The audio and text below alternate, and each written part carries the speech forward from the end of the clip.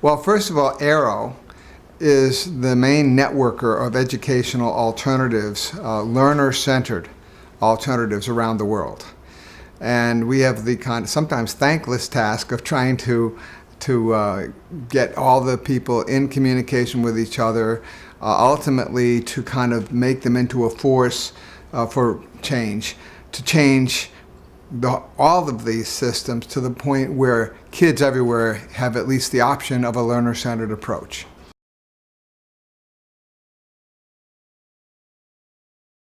There are two essential ways of looking at the way children learn. One of them is that you have to force them to learn, that they're lazy, and you have to force them to learn, which seems to be the paradigm that the regular system operates on. The other one, which is the one that we accept and that people in our network accept, is that children, in fact people, are natural learners. If you accept the idea that they're natural learners, then we're not talking about reform. We're not talking about tinkering with a system that is based on the other paradigm. We're talking about an entirely different way of approaching things. Because if you accept that, even the concept of homework is kind of antithetical to the idea. What is homework? It's someone else's idea of what they think you should be doing with your time when you're not in school. Well, how stupid is that? Because all of that does is it tends to extinguish the natural ability for people to learn. And so what happens in the regular system when they keep on doing this kind of thing? Homework, competition, you don't need to do that because you're interested, do it because you're going to get a letter grade for it and might get into a good college. All these things that are kind of remote to real learning. What happens is if you do that over, the human spirit is pretty resilient. Kids can resist it for 5, 6 years even. But after a while, it tends to extinguish that natural ability to learn. And then you have a self-fulfilling prophecy. Then you have 7th, 8th, 9th graders, 13, 14, 15-year-olds that sit there and I'm bored. I don't know what to do because you didn't tell me just now what to do so that I can not be interested in doing it. And so it's a very stark difference. It's not in a gray area in my mind. It's very clear. And for those people who tinker with the system and they make it nicer, or they tend to sugarcoat it or make nicer rewards, they're still operating under the other paradigm. They haven't come to understand or believe in their bones that children are natural learners. Mm-hmm. So that's the new paradigm that you're kind of referring to. Well, it's not really new. Mm-hmm. In fact, it's old. Right. And it's the original one. So that you have this public school system, state school system that was created over 150 years ago. That's new, relatively. And for those people who think it was created to help kids become independent thinkers and use critical thinking and be, well, it just wasn't.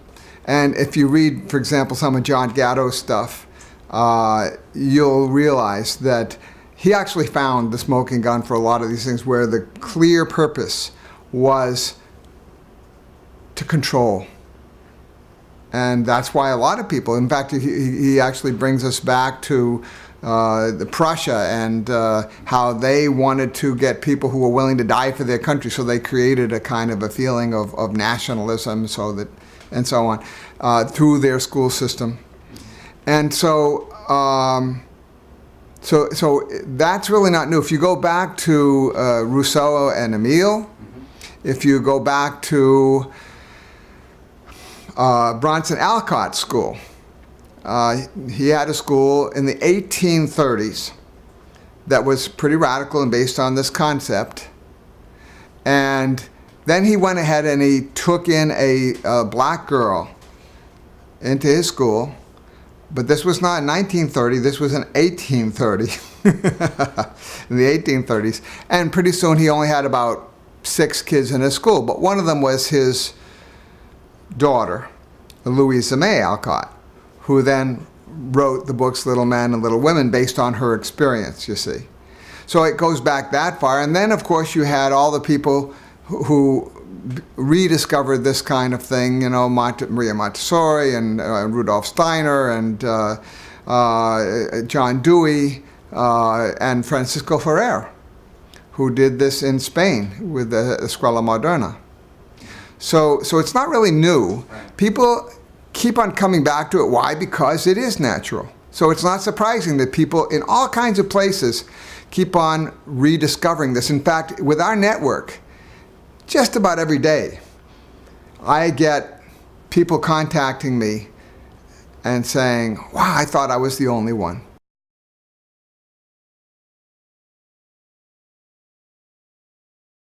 Well, now we get into a real morass. And I am struggling with this myself because there are people who are trying to reform and people who are trying to reform. And they, I already talked about what our point of view is, and neither one of them are there at quite. That's the interesting thing, and I'm trying to find actually common ground for them.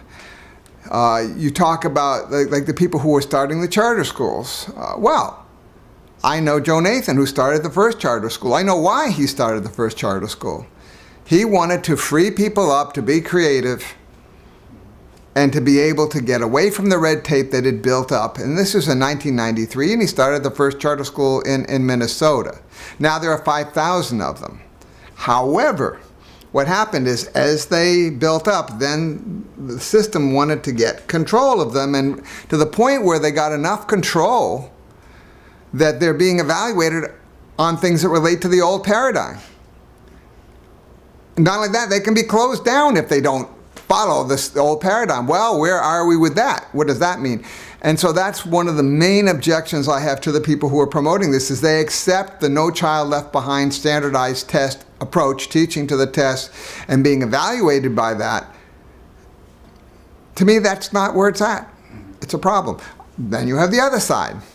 You have the people who are saying, yeah, those charter schools are encroaching upon our schools and it's not fair, and the tests are stupid to evaluate. Well, you see, we agree with them in that the tests are not the way to evaluate teachers, for example. It's also not the way to evaluate students.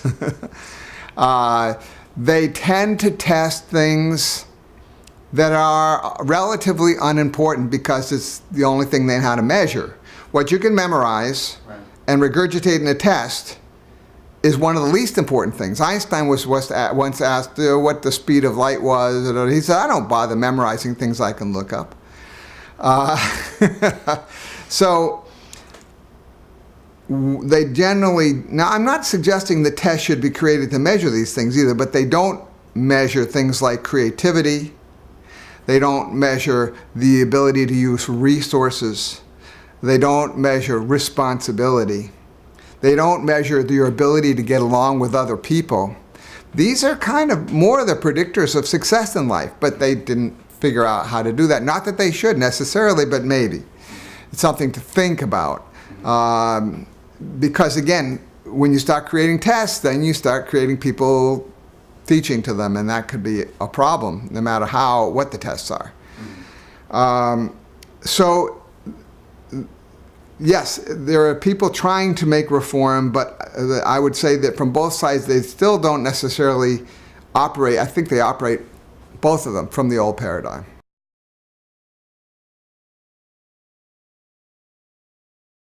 I was a public school teacher, a certified teacher, and I did do that. And then I started an alternative school that I ran for 17 years that was an independent school. And the interesting thing about that is it was an independent alternative, a democratic free school.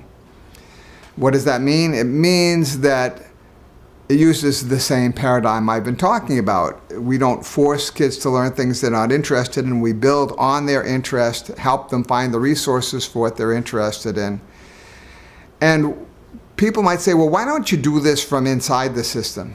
Well, I did actually try and discovered that the system was going to change me before I changed it.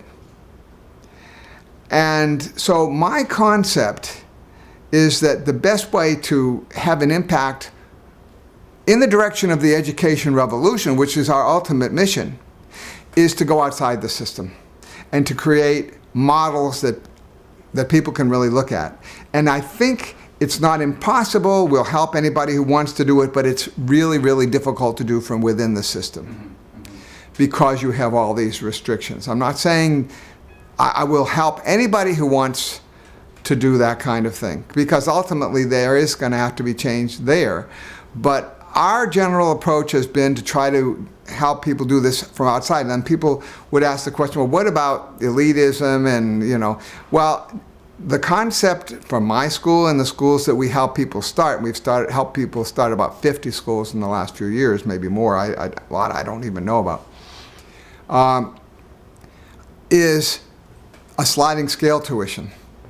And a lot of fundraising, so that we're not really excluding kids from different backgrounds, from different economic backgrounds, racial backgrounds, and so on. So most of our schools, such as Brooklyn Free School, Manhattan Free School here in the city, are set up that way. There's a company that actually evaluates people's finances and recommends what they can afford. And so that is the best we can do. And there are not too many exceptions around the world to this situation. Maybe at the moment, see, that's the problem. It's always at the moment. Well, it depends on how the political winds blow. But it looks like, for example, that in Israel, there are about 25 democratic schools there that are basically supported by the public schools. So they're public schools, and they get public school money. So that's kind of an exception, but I'm not saying it's not doable. It's interesting. We just had our International Democratic Education Conference in Puerto Rico. Now, we've been having this conference every year since 1993, when Yaakov Hecht got about a dozen of us together in Israel. This year, there were 800 people. They had to close off registration, and they were from about 25 countries.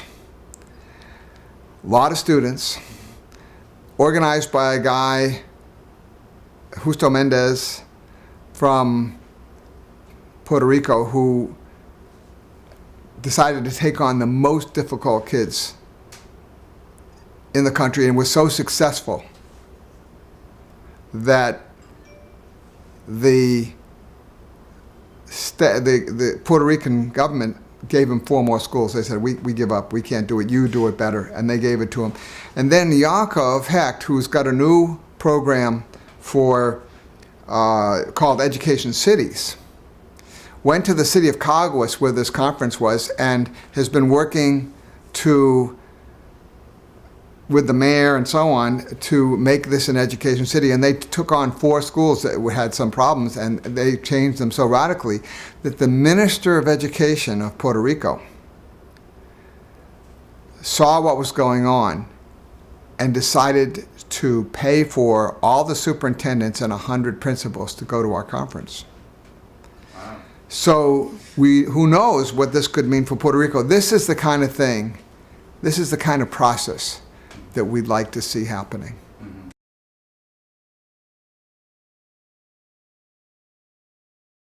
Being in this system that cripples them, that doesn't allow them to teach. I think that's the problem that they face. This is why there's a higher dissatisfaction rate among teachers than there has almost ever been before, and a much higher level of rate of people who plan to not stay in teaching.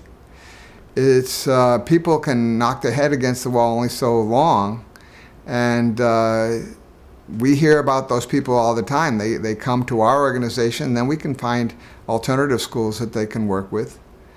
usually wouldn't get paid as well because we're outside the system and don't have tax dollars to use. But this is a serious problem, you know, that teachers have to face. If they really want to teach, they almost have to teach in some kind of alternative school. So seems like their hands are really tied. You know, even it's worse and worse. Their intentions are great, and they want to do the best thing for their kids, but they often can't because of all the red tape and everything. Yeah, it's worse and worse for them, and it's very sad.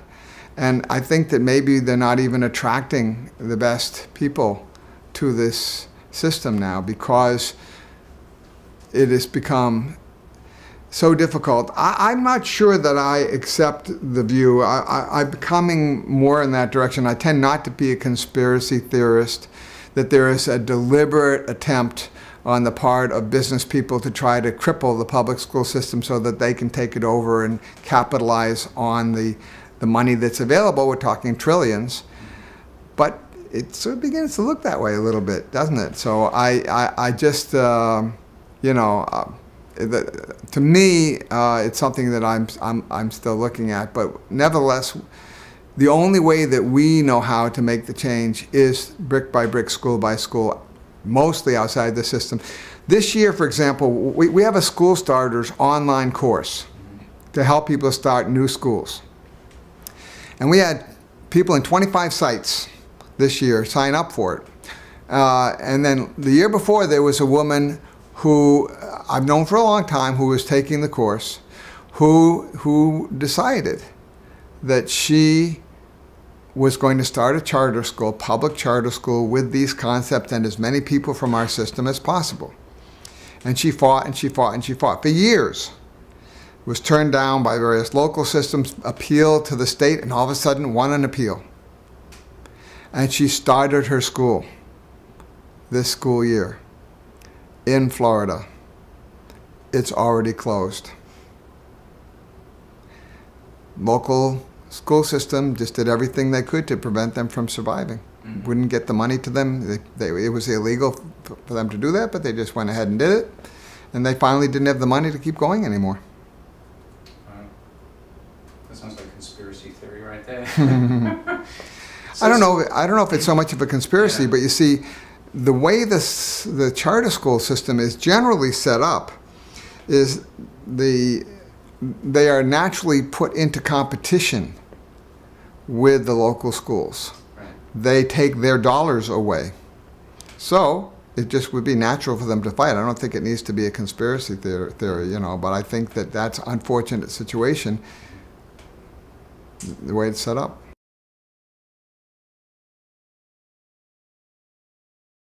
Online learning is certainly an important tool, and it's a very, very important area of change right now. Maybe the most important, because every kid now knows that if they want the answer to a question, they could sit in the classroom until the teacher gets around to it or calls on them. But it would be faster if they just go to the internet. And they are so fast at getting the answers to those things, it's unbelievable. Well, so that is one obvious thing. And then, of course, you have Khan Academy and other things of that sort that are showing the possibilities of learning on the internet. And then you have even charter schools that are internet-based. I think that all of that is generally interesting in a good direction, but naturally with almost any tool there are going to be some people who tend to abuse it. I think there are school systems that will tend to park a kid in front of a computer instead of having to pay a teacher. That's not going to work, or not going to work well. And so we'll see what happens, but it's inevitable that that's going to have an incredible impact on the education system.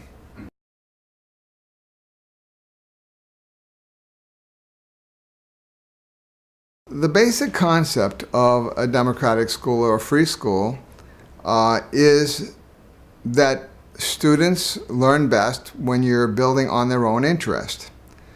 And so again, we're talking about that same paradigm that children are natural learners. And so if you set up a school based on that concept, then they will be able to, there are various ways it's being done. There's a little bit of a spectrum within the democratic schools. There are some, such as Sudbury Valley, that don't believe that classes should be offered at all, that people should wait until the students ask them. And then there are others that offer classes. They well, in the morning have class announcements, and people can choose to go to them if they want. Students can bring up things that they would like to have done, and all of this could happen. And then you've got, at the other end of this little spectrum, Summerhill, which is one of the oldest democratic schools. It's over 90 years old now. I'll be visiting them next month. And at Summerhill, there is a timetable.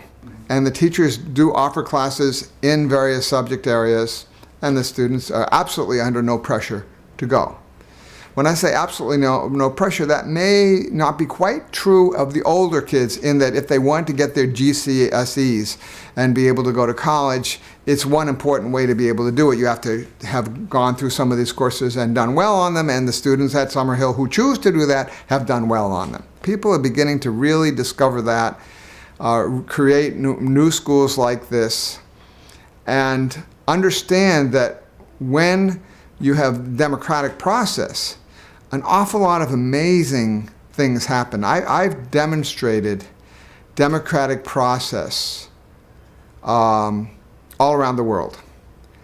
And the interesting thing is that I didn't necessarily grow up in that system. I can tell you how I got these concepts in my early life, but I went to regular school. And so when I demonstrate democratic process, I am usually just as shocked as everybody about the power that they unleash. When you are working with the will of the students, there is incredible authority and power unleashed.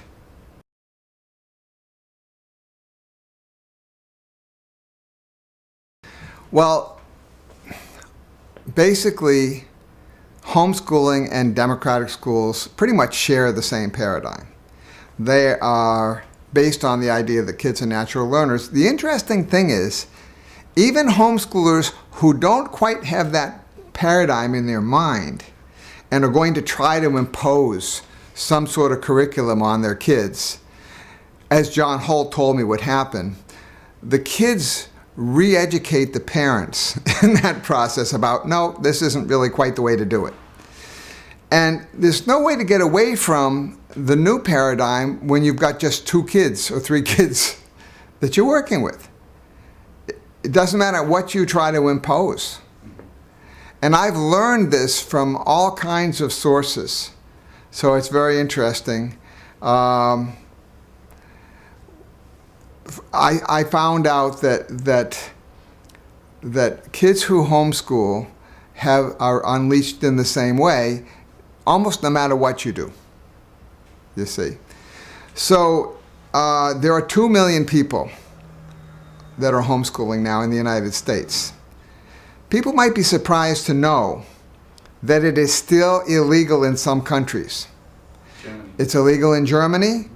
Guess what? It's illegal in Holland. Liberal Holland. Oh, not only that, but they came up with a new national curriculum, and so they had something like 22 or 25 democratic schools. Now they're down to 7 or 8 because of that reaction. So people have to look at what really is up with Holland, you know.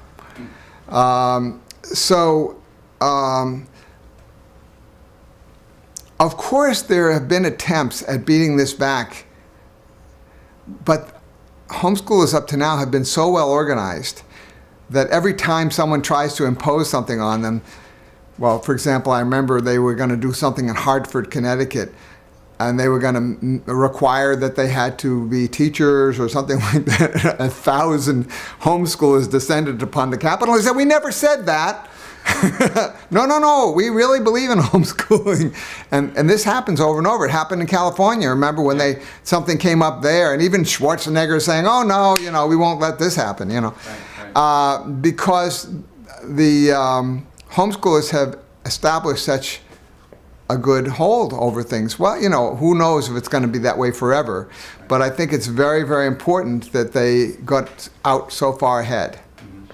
So homeschooling is probably the single strongest force at changing the education paradigm for everyone. When people look at homeschoolers and their success, there hasn't been enough research on it, but a guy by the name of Brian Ray found that the average homeschooler was in the 86th percentile. And colleges, people say, well, what about going to college? Colleges are falling all over themselves to get homeschoolers and kids from democratic schools. Why? Because it's so rare for them to get kids that are still interested in learning. You see, and are creative about it. So this homeschooling, it has become one of the greatest forces for change, positive change, in the direction of understanding that kids are natural learners. And I think it's been fantastic. That's great.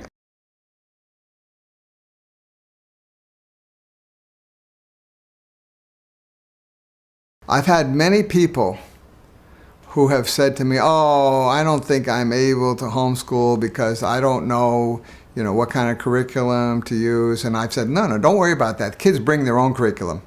All you got to do is try to keep up with them. You have to listen. If they say they're interested in something, you have to help them follow up on it. They know what they need to learn. And so there doesn't seem to even be a great trend toward if people are particularly well educated or not as to how effective the homeschooling is for their kids. Mm-hmm. What about economic factors? Do you think that those play a role in? Well, a lot of people will say, oh, I can't afford to do this. But more and more, of course, people are doing home businesses that their kids can get involved with. And so basically, if you want to homeschool, there's a way to do it. Mm-hmm. And of course, the other thing is homeschool resource centers and cooperatives. And this is happening all over the city, New York City. And it's happening all kinds of other places, especially as we get more and more people who are homeschooling.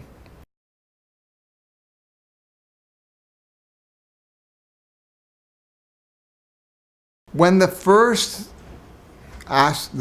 incarnation of No Child Left Behind came out in the late 1990s, I said, okay, well, this will be like the other ones. There'll be, it'll kind of go over 2-3 years, and people will realize it's a stupid idea, and it'll go away. This is what happened, with Back to Basics and things of that sort. And so I've been waiting. And now a dozen years have gone by, or more, and it's still there. And I don't know who doesn't get that it's a destructive thing, because teachers do, students do, parents do. Why is it still there? Even Obama does. He says, oh yeah, teaching to the test is no good and so on. But then there it is still.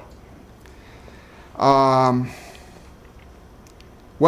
this may get into politics, an aspect of politics that I don't know anything about, but I tried to get into that. For example, when President Obama was running, I went down and met with Linda Darling Hammond in Washington. And I said, if he's elected, what's going to happen with this No Child Left Behind? And she said to me, oh, he'll get rid of it within a year. Well, I suppose this might have been the case if she'd been able to continue on being his educational advisor. Now, I've heard it said just recently that it was these billionaire neoliberals that decided that they didn't want her, that this wasn't meeting their agenda, and that they preferred one of the 2 or 3 people that they preferred was Duncan. And so she was dumped and he was put in. Well, before he really started his work, I went to an Education Writers Association meeting. And I positioned myself to be able to ask him a question. And they actually tried to pull me out of the line. But I said, no, I'm editor of Education Revolution magazine. And they said, and so they kind of had to let me ask the question. And I said, I represent alternative educators who find that this No Child Left Behind is very counterproductive in terms of real innovation. Are you going to dump it? Are you going to get rid of it? And he started doing a kind of a stream of consciousness answer. And he said, well, there are some things that I like about it and some things that I don't like about it. I said, excuse me, are you going to scrap it? And he said, well, you know, the name No Child Left Behind is toxic. We'll probably change the name. Can you imagine? He actually said that to a room full of reporters. Guess how many people reported it? None that I saw. I got congratulated afterwards by a guy from the Boston Globe for having gotten that out of him, but tells you something about the media. Yeah, amazing, huh? And so last year, I went to another Education Writers Association meeting that Duncan was speaking at. This time I positioned myself in such a way that they couldn't really pull me out of the line. And I stood up and I said, a couple of years ago, I asked you if you were going to get rid of No Child Left Behind. Well, you didn't get rid of it, and now it is still handicapping alternative educators and other teachers. How about the possibility of giving waivers to people so that they don't have to follow it? And he said, oh no, we wouldn't do that. We may just change the law so it works better and actually does test the kind of things that you're talking about. Well, of course, he wound up giving waivers, but those waivers require you to do it in spades, what it is that they want teaching to the test, basically. Following a national curriculum, which of course everybody knows is unconstitutional. Right. Education is left to the states by the Constitution in the United States. So therefore you can't really have a national curriculum, but that is what's being promoted.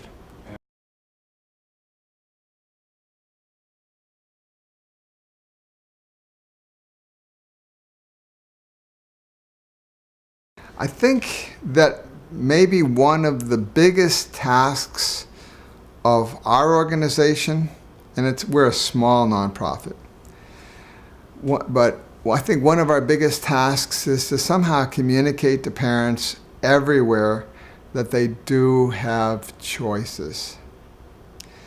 And in fact, I went to a meeting in Massachusetts this year called Parents Decide. And the purpose of it was just to get a group of random parents together and let them know, hey, you know, by sending your kid to the local school, you've made a choice. That's not your only one. And there were people there representing homeschooling, independent alternatives, independent regular schools, special programs in the public school system, all these kinds of things. So it's very important for parents to know everywhere that they have choices. And I think that one of the choices they have is to opt their kids out of these draconian tests. This is something that they can do almost anywhere. That they can opt their kids out, and that they really only need to write a couple of lines saying, I don't want my kids to take those tests. and they don't have to, and they'll find some alternative activity for them. So these are some of the directions that we are going to try to move in, because I think it's very important for everyone to know that they have a choice, that they are not stuck. Doesn't matter if they're two people working or any of these things, you know. It doesn't matter if the kid's special needs. There are alternatives for them out there.